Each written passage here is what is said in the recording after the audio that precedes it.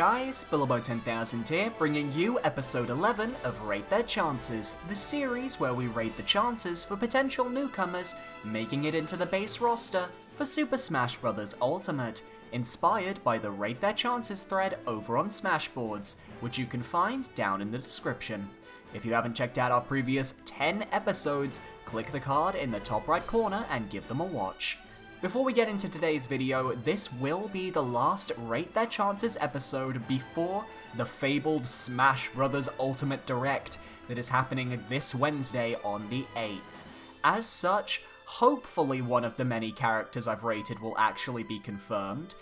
It does mean that, based on what's shown, I'll need to re-rate some characters, so this Thursday, following the massacre the Direct will leave in its wake, we'll be hosting Re-Rate Their Chances, going back through the relevant characters I've already rated, and I will re-rate them based on new information. So, at the end of the last video, I said that the highest liked comment would be featured in today's video, and, well, yeah, looks like I'm rating myself, boys. 100% chance since I'll be playing Smash on release date, 100% want because I'm absolutely fabulous. Well, that's the video. Thanks so much for watching, guys. I hope you guys enjoyed, and I will see you now. I'm kidding. I'm joking. Instead, today I'll be rating the second most liked comment, which was by Derpman Mario's suggestion, and you will see who it is in a moment. So for today's video, we will be rating Cooking Mama from the series of the same name suggested by Derpman Mario, Joker from Persona 5 suggested by Chrono, Viridi from Kid Icarus Uprising suggested by Blackfeather22, Galacta Knight from the Kirby series suggested by Zeproide, and a region-specific Pokemon trainer suggested by Random Jerry, though disclaimer, I have chosen to focus on a Hoenn Pokemon trainer, as that's the one I've seen most requested. Without further ado, let us begin, and be sure to leave your thoughts in the comments below. And if you want to see your character rated, the comment with the most likes as of scripting the next video will be guaranteed to have their character rated, no matter how likely or unlikely they are. So, get commenting. Y'all have been asking for this diligent woman for a while, and now you've got her. Today, we'll be taking a look at Cooking Mama. So, looking at her originally, I figured people were suggesting Cooking Mama as a joke character like Shrek or Goku, someone who has no chance to get into Smash and is solely being suggested just for the fun of it. But looking deeper into Mama's franchise and her history, there is the slimmest glimmer of hope for her. Cooking Mama and its subsequent sequels and spin-offs were all released on the Nintendo DS, 3DS, and Wii systems, with some mobile games in between, but with a primary casual focus on Nintendo's consoles. The original Cooking Mama in particular sold extremely well despite being a minigame compilation, and proved how shovelware and minigames could be done correctly with a little bit of work. Mama herself has a great personality. Her voice lines are fun and full of charm, and she helps us cook our way into her heart. Though don't make Mama angry. You won't like Mama when she's angry, and that inner burning rage could be released via a final smash if you want to look at things like that. For a moveset, I imagine she would work with various kitchen utensils, and perhaps could draw inspiration from her various spin-offs. She could borrow Peach's Toad move, but instead use that weird baby that came with babysitting Mama. Alright, that one was a joke, but she's got potential. She represents a genre that was powerful during the DS era, being a main face for the casual market, and her design is still cartoonish enough that she could easily fit in with the colourful cast of Smashers if she really wanted to. She'd be a real what the fuck character, and someone who I would unironically main until the end of time, and I bet people would love her in the fandom. But realistically, she's a bottom-of-the-barrel character. When you think Nintendo All-Star or Gaming Great, you don't think Cooking Mama. Seeing her face off against Cloud, Mario, Ryu, Mega Man, and more, you tend to see where she might fall flat. As such, despite the many perks of her character in Source games, she gets a chance score of 5%. It's not going to happen, but stranger things have happened in the past. As for a want score, Cooking Mama gets an unironic 90% because I just love the idea of this mama sticking it to the Nintendo characters and setting an example of a strong, independent woman to her children. One of the more interesting third-party characters that people have suggested is the main character of the critically acclaimed Persona 5, Joker. This stylish leader of the group in-game, known as the Phantom Thieves, is a powerful fighter who uses his persona along with his friends to steal the hearts of wicked people. He comes from the Persona series, which hasn't had much history on Nintendo consoles aside from Persona Q2 for the 3DS, which still hasn't been released but has had recent updates. However, this isn't a problem, as Persona is just a spin-off franchise of Shin Megami Tensei, which has been way more prominent on Nintendo consoles, including a few exclusives. So, why not a Shin Megami Tensei character, instead of a Persona character? Well, Persona has begun to outsell and outshine its parent franchise, with Persona 5 outselling the latest Shin Megami Tensei game, and also competing against The Legend of Zelda Breath of the Wild and Mario Odyssey last year for Game of the Year. Persona 5 has managed to attract an entirely new following, people who don't normally play JRPGs finding themselves suckered in with its stylish visuals and awesome design. Joker himself could use his dagger, pistol, and his main persona Arsene to battle in Smash. He'd be quite the speedy character, I feel, as he's quite acrobatic in his game and could easily be compared to Greninja in terms of movement and attacks. He's a rogue of sorts, and that archetype hasn't been shown off in Smash before. So what is Joker's big issue? He's owned by Atlus, which in turn is owned by Sega, so he'd be competing against other characters from Sega's library, including new Sonic characters, Puyo Puyo, and more. But with Sega having both Sonic and Bayonetta represented in Smash, it all comes down to whether Sega will get a third character from their company added in. And I know Bayonetta is co-owned by Sega and Nintendo, which is kind of Joker's only saving grace, but still that Sega bind is there. As for relevancy, his game originally came out in Japan on September 15th, 2016. What does this mean? Well, it means he's actually in with a shot at being considered for the base roster of Smash Bros. Ultimate. Ignoring the worldwide release, his game came out around the time that Ultimate's development would have been in its first few months, and if we assume the roster was picked in early 2016, it's not hard to assume that Sakurai could have seen info on Joker's character, assuming he wanted a Persona or Shin Megami Tensei character to join the fight. Joker has a higher shot than many potential candidates, and comes from a franchise that has definitely earned a potential spot on the roster if they were considered. So with that in mind, his chance score is a solid 40%. I'm not going to go 50-50 here or higher than 50 for the simple fact that Sega has 2 reps already, and who knows if third parties can have a third rep. I want to keep my guesses grounded, but I'll give Joker a want score of 85% and hopefully that balances things out, as I'd love to see Joker represented in Smash so we can get Last Surprise's stage music. That's really it. I just want Persona 5 music in Smash. Sakurai, make it happen, please.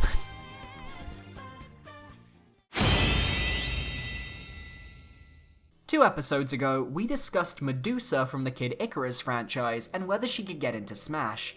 Now we're discussing the other major character request from Kid Icarus Uprising, Viridi, Goddess of Nature. Viridi is an odd character to rate because many people seem to feel she'll be an Echo Fighter of Palutena, but she's not tall enough.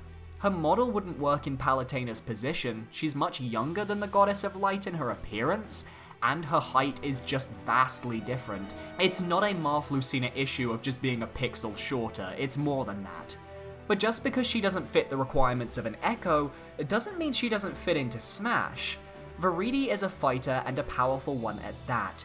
According to Chapter 15 of Kid Icarus Uprising, she was able to fight Hades, the most powerful being at the time, and survive.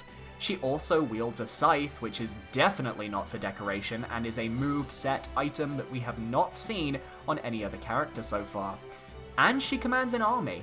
Her moveset can involve her powers of nature, summoning the forces of nature and using vines or other natural substances to battle opponents.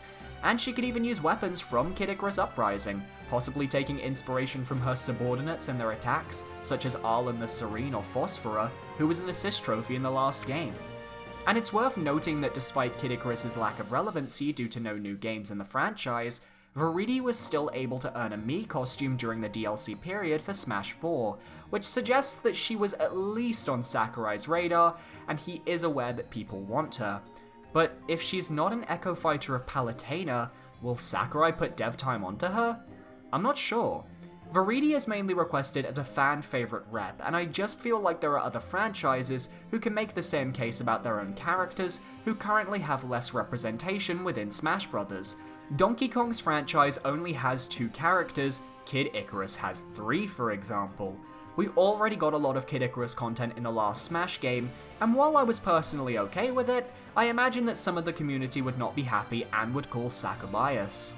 She also appears as an image in the Reset Bomb Forest stage, which is returning for Ultimate. That's a pretty big cameo as well. It's not like Knuckles or Tails running around in the Green Hill Zone's background, it's actually an active role as she is the one who drops the Reset Bomb. So could she exist in 2 places at once, playable and not playable? Overall, keeping all of this in mind, I'm giving Viridi a chance score of 20%. It's certainly a possible choice for a newcomer, but I just don't see it that much. I think she's the most likely Kid Icarus newcomer of the trio of Medusa, Hades, and herself, but even so, I think she's still pretty low. As for a want score, 50%. I like Viridi in Kid Icarus Uprising, but there's a difference between liking a character and fighting with a character, and I'd be content if Viridi didn't join the battle as well as if she did.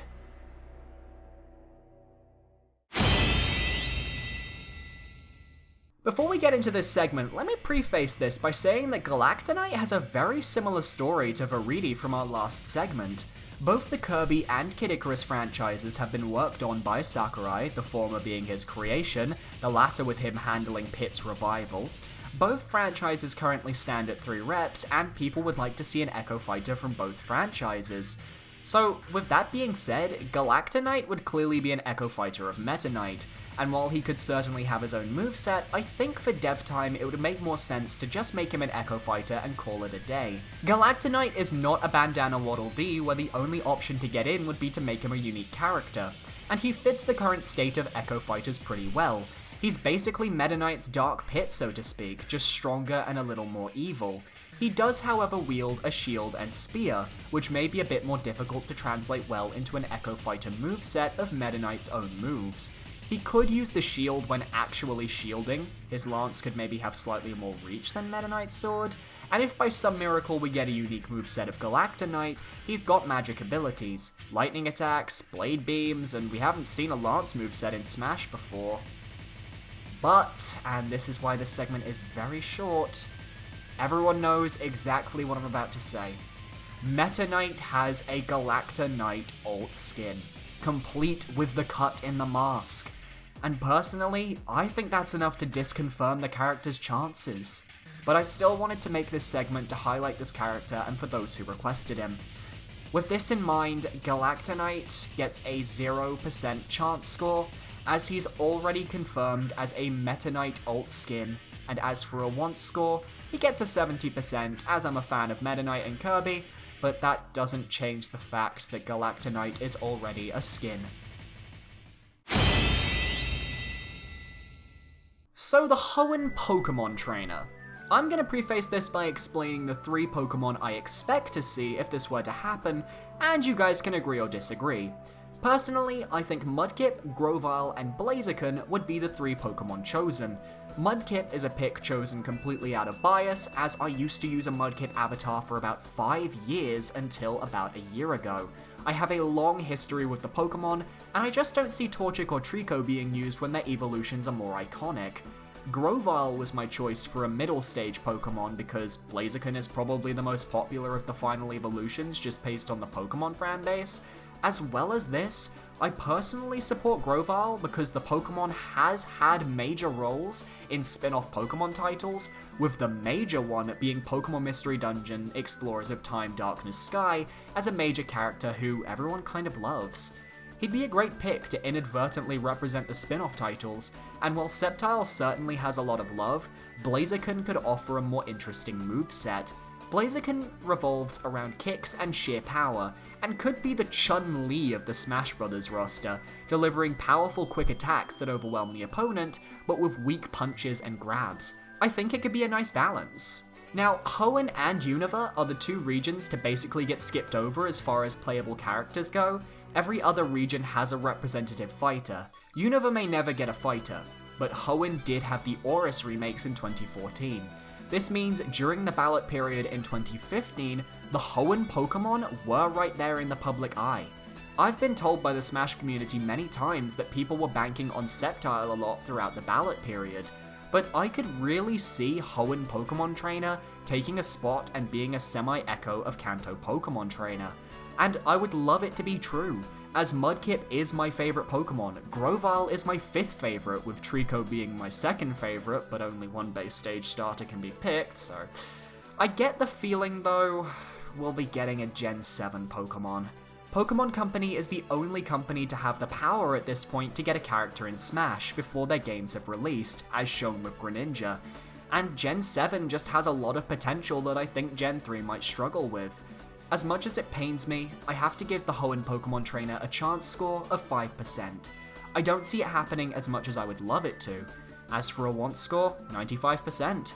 Mudkip and Grovyle? If I enjoyed Blaziken a little bit more, I'd have a 100% pick here, but who knows what could happen.